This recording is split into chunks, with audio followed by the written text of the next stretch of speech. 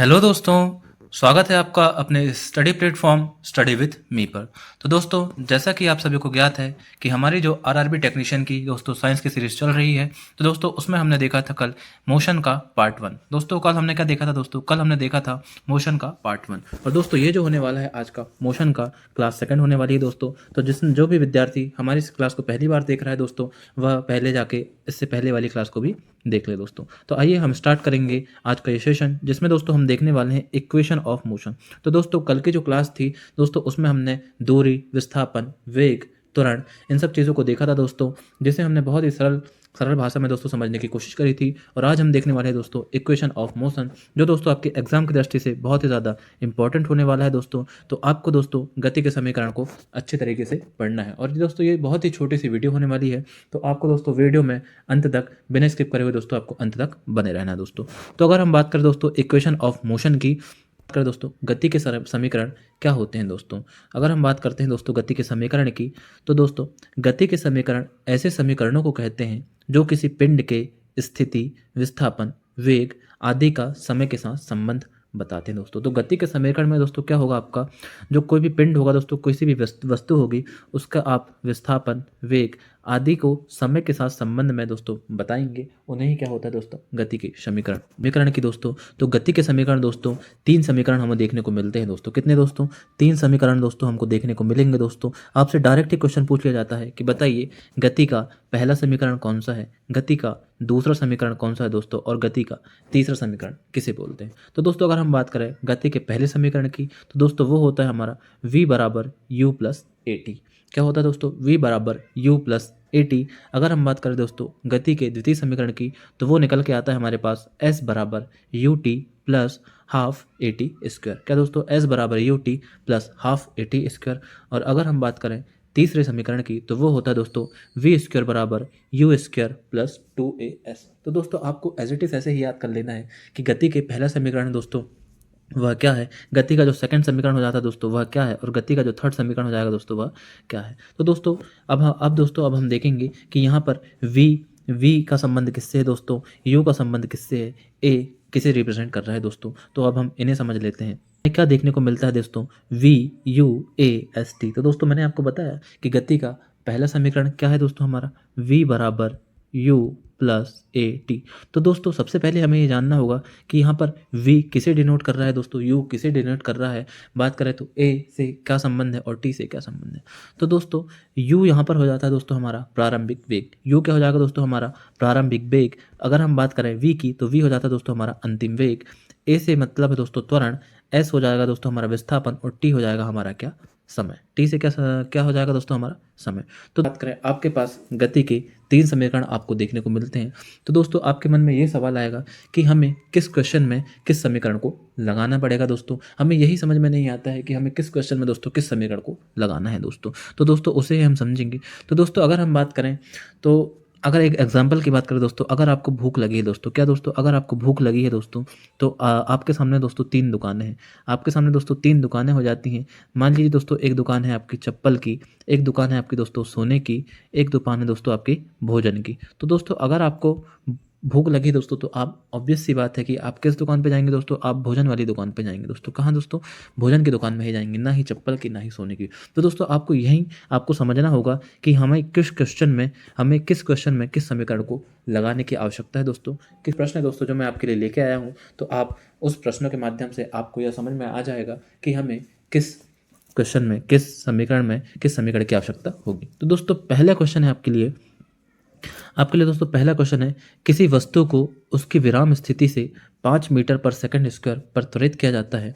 5 second बाद वस्तु का वेग कितना है। तो दोस्तों अगर हम बात करें इसमें, सबसे पहले हम देखेंगे दोस्तों कि हमें गिवन क्या क्या है दोस्तों, दिया क्या क्या है दोस्तों। तो अगर हम बात करें किसी वस्तु को उसकी विराम अवस्था, तो दोस्तों क्वेश्चन करने से पहले मैं आपको 2 चीज़ समझाना चाहूँगा दोस्तों। अगर आपको कहीं भी बोल दिया जाए कि वस्तु विराम अवस्था में है, क्या दोस्तों वस्तु विराम अवस्था से स्टार्ट होती है, विराम अवस्था से स्टार्ट होती दोस्तों। तो विराम अवस्था, तो दोस्तों मैंने आपको बताया प्रारंभिक वेग। तो दोस्तों यहाँ हमें हमेशा प्रारंभिक वेग को क्या मानना है दोस्तों, शून्य मानना है। क्या मानना है दोस्तों? प्रारंभिक वेग को हमेशा ही शून्य मानना है दोस्तों। तो आपको ये याद रहना चाहिए कि अगर किसी भी वस्तु, किसी भी पिंड को विराम अवस्था से स्टार्ट होती है दोस्तों, तो उसका प्रारंभिक वेग क्या हो जाएगा आपका, शून्य हो जाएगा। तो दोस्तों अब देखेंगे हम क्वेश्चन। तो दोस्तों आपको क्वेश्चन क्या दिया गया है, किसी वस्तु को उसकी विराम स्थिति से 5 मीटर पर सेकंड स्क्वायर पर त्वरित किया जाता है। तो दोस्तों हम यहाँ देखेंगे हमें गिवन क्या है। तो दोस्तों यहाँ हमें प्रारंभिक वेग, दोस्तों मैंने आपको बताया कि मैंने आपको बताया कि अगर वस्तु को विराम स्थिति किससे दोस्तों, विराम स्थिति से स्टार्ट किया जाता है तो प्रारंभिक वेग हमारा हो जाएगा क्या, 0। फिर दोस्तों यहाँ दिया गया है कि 5 मीटर पर सेकंड स्क्वायर पर त्वरित किया जाता है। तो दोस्तों यहाँ एक्सेलरेशन त्वरण का मान दिया है दोस्तों 5 मीटर पर सेकंड स्क्वायर। अगर बात करें दोस्तों, पूछा जा रहा है 5 सेकंड बाद वस्तु का वेग कितना होगा। तो दोस्तों यहाँ पर टाइम भी हमें क्या है दोस्तों, गिवन है दोस्तों, कितना, 5 सेकंड। और आपसे पूछा क्या जा रहा है दोस्तों, वस्तु का वेग कितना होगा 5 सेकंड बाद, मतलब दोस्तों आपसे अंतिम वेग आपसे पूछा जा रहा है दोस्तों। तो दोस्तों अगर हम बात करें क्या यहाँ पर सेकंड इक्वेशन लग सकता है। तो दोस्तों अगर बात करें सेकंड इक्वेशन होता क्या है दोस्तों, एस बराबर U T plus half A T square.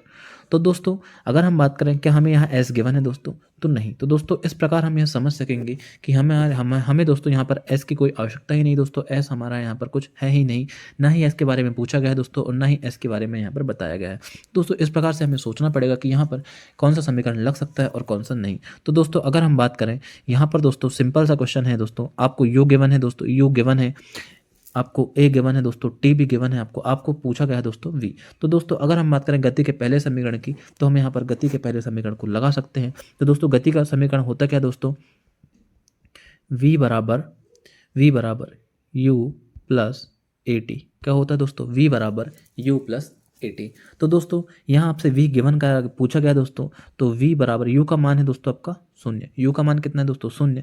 अगर बात करें दोस्तों a का मान है आपका 5 और बात करें दोस्तों t का मान भी आपका 5 है। तो दोस्तों यहाँ पर अंतिम वेग कितना हो जाएगा दोस्तों, 25। और अगर बात करें दोस्तों वेग पूछा गया है तो वेग हो जाएगा दोस्तों आपको क्या, मीटर पर सेकंड। तो 25 मीटर पर सेकंड आपका यहाँ आंसर होने वाला है दोस्तों। तो इस प्रकार हमें सोचना पड़ेगा कि यहाँ पर किस समीकरण को हम लगा सकते हैं और किस प्रकार हम नहीं लगा सकते हैं। तो आइए दोस्तों अगला क्वेश्चन है दोस्तों आपके लिए, कोई कार विराम से नियत त्वरण 3 मीटर पर सेकंड स्क्वायर के साथ चलना शुरू करती है। तो दोस्तों सबसे पहले हम देखेंगे कि यहाँ गिवन क्या है, कोई कार विराम से। तो दोस्तों अगर विराम से स्टार्ट हो रही है तो मैंने आपको क्या बताया कि प्रारंभिक वेग जो हो जाएगा दोस्तों वह हो जाएगा आपका 0। अब दिया गया नियत त्वरण दोस्तों 3 मीटर पर सेकंड स्क्वायर। तो ए का मान यहाँ हमें गिवन है दोस्तों कितना, 3 मीटर पर सेकंड स्क्वायर के साथ चलना शुरू करती है 10 सेकंड में कार द्वारा तय की गई दूरी। तो दोस्तों आपको टाइम भी यहाँ पर क्या है दोस्तों, गिवन है, टाइम भी आपका क्या है दोस्तों, गिवन है। आपसे पूछा गया है क्या, डिस्प्लेसमेंट। क्या पूछा गया दोस्तों, 10 सेकंड में कार द्वारा तय की गई दूरी। तो दोस्तों आपसे डिस्प्लेसमेंट की बात पूछी गई दोस्तों, एस की बात की। अगर दूरी की बात करें दोस्तों तो मैंने आपको बताया कि अगर एक सीधी रेखा में क्या होता है दोस्तों, सीधी रेखा में अगर कोई भी वस्तु चलती है दोस्तों, सीधी रेखा में अगर कोई भी वस्तु दोस्तों अगर चलना प्रारंभ करेगा, सीधी रेखा में दोस्तों कोई वस्तु चलना प्रारंभ करेगा, तो दोस्तों अगर हम बात करें दूरी या फिर विस्थापन, दूरी या फिर विस्थापन दोस्तों दोनों ही क्या होंगे आपके, दूरी या विस्थापन दोनों ही दोस्तों आपके क्या होते हैं, बराबर होते हैं। तो दोस्तों दूरी बोल दिया जाए या विस्थापन बोल दिया जाए दोस्तों, दोनों ही क्या हो जाएंगे, बराबर होने वाले हैं। तो दोस्तों अगर हम बात करें यहाँ दूरी या फिर विस्थापन दोनों ही सेम होने वाले हैं, तो दोस्तों हम यहाँ पर विस्थापन निकालने वाले हैं दोस्तों। तो विस्थापन दोस्तों आपको देखने मिलेगा किस में, सेकंड इक्वेशन में। और सेकंड इक्वेशन होता क्या है दोस्तों, एस बराबर U T plus half A T square.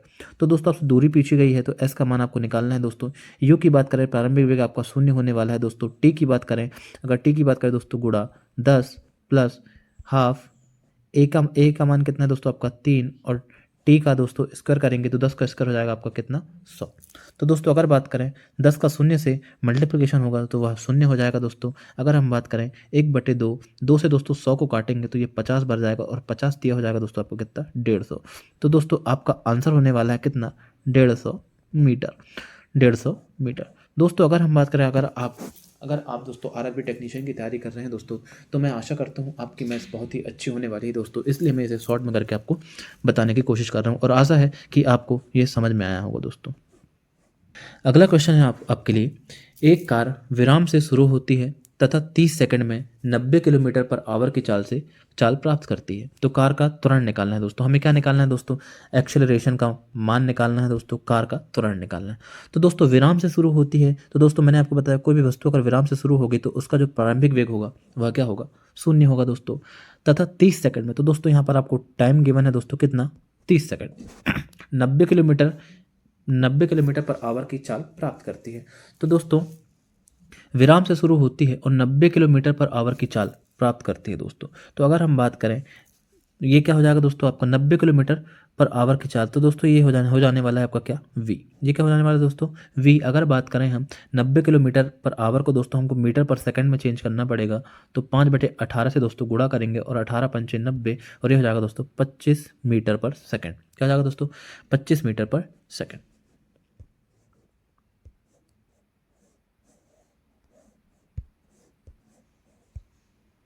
ये हो जाने वाला दोस्तों आपको 25 मीटर पर सेकंड। और अब आपसे पूछा गया दोस्तों त्वरण, तो दोस्तों यहाँ पर हम गति का पहला ही इक्वेशन लगा देंगे दोस्तों। क्या लगा देंगे दोस्तों हम गति का पहला ही इक्वेशन हम यहाँ पर लगाने वाले हैं दोस्तों। तो गति का पहला इक्वेशन क्या होता है दोस्तों, v बराबर u प्लस ए टी। क्या होने वाला है दोस्तों v बराबर u प्लस ए टी।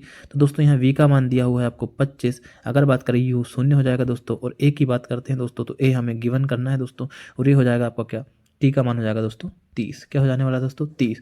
तो अगर बात करें दोस्तों a की एक्सलेशन की, तो दोस्तों ये हो जाएगा a बराबर 25 डिवाइडेड बाय 30। तो ये हो जाएगा दोस्तों आपका 5/6। क्या होने वाला है दोस्तों 5/6। एक कार 72 किलोमीटर पर आवर की गति से चल रही है। तो दोस्तों क्या पूछा गया है यहाँ पर, आपसे बोला जा रहा है यदि एक कार 72 किलोमीटर पर आवर की गति से चल रही है तथा 45 सेकंड बाद रुक जाती है, तो मंदन क्या होगा। तो दोस्तों यहाँ हमें गिवन है यू का मान। यू का मान दिया है दोस्तों 72 किलोमीटर पर आवर, और अगर दोस्तों 72 किलोमीटर पर आवर को हम मीटर पर सेकंड में बदलेंगे दोस्तों, तो ये हो जाएगा हमारा क्या, ये हो जाएगा दोस्तों हमारे पास 20 मीटर पर सेकंड। क्या होने वाला है दोस्तों, ये होने वाला है दोस्तों 20 मीटर पर सेकंड। अब पूछा गया है दोस्तों टी गिवन है दोस्तों 45 सेकंड। कितना है दोस्तों 45 सेकंड। v का मान करें दोस्तों, तो v हो जाएगा हमारा क्या, 0 अंतिम वेग, क्योंकि तो वस्तु रुक रही है, तो वेग क्या हो जाएगा दोस्तों, अंतिम वेग आपका शून्य होने वाला दोस्तों। और आपसे a का मान पूछा है दोस्तों। मंदन दोस्तों जो नेगेटिव a होता है, जो ऋणात्मक मान होता है, उसे ही हम मंदन बोलते हैं दोस्तों। अगर हम बात करें तो दोस्तों इसमें हम फॉर्मूला क्या लगाने वाले हैं, तो इसमें दोस्तों गति का पहला समीकरण से ही हमारा काम बन जाएगा। तो दोस्तों v बराबर क्या हो जाएगा दोस्तों, u प्लस ए टी। क्या हो जाएगा दोस्तों v बराबर u प्लस ए टी। तो दोस्तों v का मान यहाँ दिया गया है आपको 0, a का मान है दोस्तों 20 मीटर पर सेकंड, प्लस अगर हम बात करें दोस्तों a की, तो a हमें गिवन करना है दोस्तों, a का मान हमें गिवन करना है दोस्तों, t का मान है आपका क्या 45। क्या हो जाएगा दोस्तों 45। अगर बात करें दोस्तों, अगर इसका बात करें दोस्तों, तो ये हो जाएगा -20/45 बराबर a। तो दोस्तों आंसर होने वाला है 5 चौके 20, 5 नाम 45। तो दोस्तों 4/9 बोल दिया जाए या फिर 0.444 ये बोल दिया जाए दोस्तों, दोनों ही आंसर आपके क्या होने वाले हैं दोस्तों, दोनों ही आंसर आपके सही होने वाले हैं दोस्तों। तो दोस्तों इस प्रकार हमने, अगर आपको आज की क्लास पसंद आई हो तो प्लीज़ वीडियो को लाइक करें, ज़्यादा से ज़्यादा दोस्तों के साथ शेयर करें दोस्तों, और चैनल को सब्सक्राइब करना ना भूलें। धन्यवाद। जय हिंद, जय भारत।